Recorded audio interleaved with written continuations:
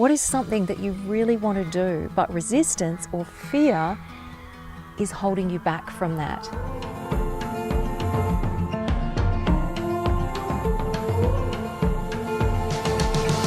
Hi, this is Kelly Hine.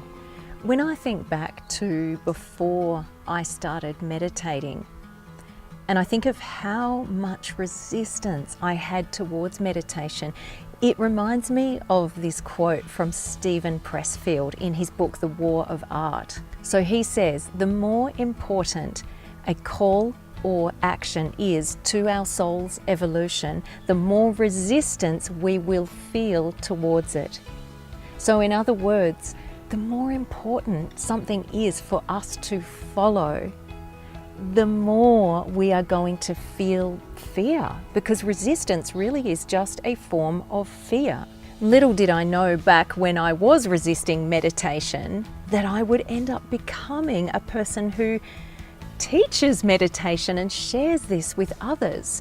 And so it certainly was a really important aspect of my evolution and my growth, and I am so grateful that I was able to move past that resistance. So can you think of something in your life that feels like a heart and soul calling? It feels like something you really know you should do, and it feels true to you, but there's this resistance or fear behind it. Fear is something that we can't completely avoid, but it doesn't have to have a hold on us. So it's about being willing to feel the fear and do it anyway. The thing is that if you prioritize staying comfortable and not moving outside of your comfort zone, it's going to get uncomfortable anyway, because that feeling of frustration, disappointment, lack of fulfillment, that gets uncomfortable. It feels uncomfortable to stay stuck and to know that there's this greater thing that you want to do, but it's just the fear holding you back.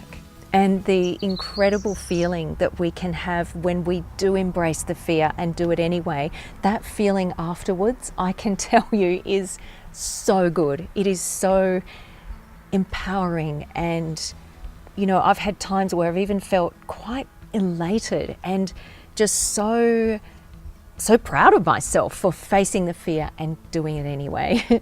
And you know, this is ultimately about coming out of fear and into love, and out of the subconscious, unconscious patterns, which is where the fear is rooted in these old beliefs that it's going to be scary, and that it might be dangerous for us to change. And the subconscious mind likes to keep things just the same and doesn't really want us to go changing. So we want to use our conscious mind to be in charge, so that the subconscious, unconscious is not ruling the show. And I have a really simple little strategy that I use. It's so simple, it seems silly, but it really works.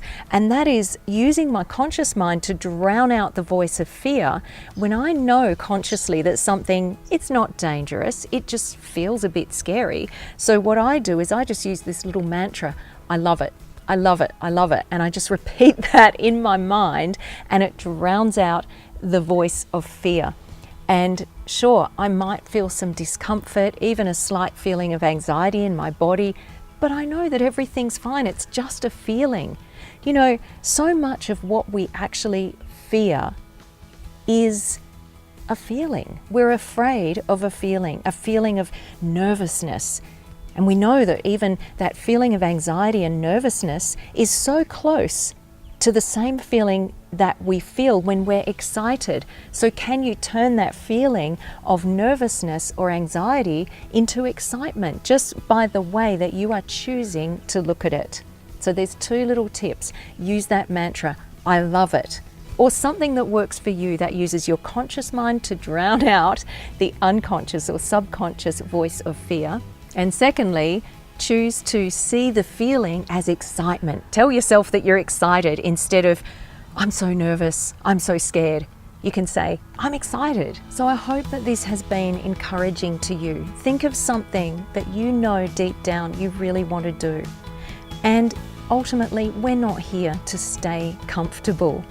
The rewards that come from embracing the fear and doing it anyway are just immeasurable compared to a life where we prioritize trying to protect ourselves and stay comfortable. And ultimately, I believe that we're here to know ourselves, to love ourselves, and to be ourselves so that we can be who the world needs us to be and live the best life that we possibly can. So if you enjoyed this video, remember to share it with anyone that you also think might benefit from it. And leave a comment. I would really love to hear from you.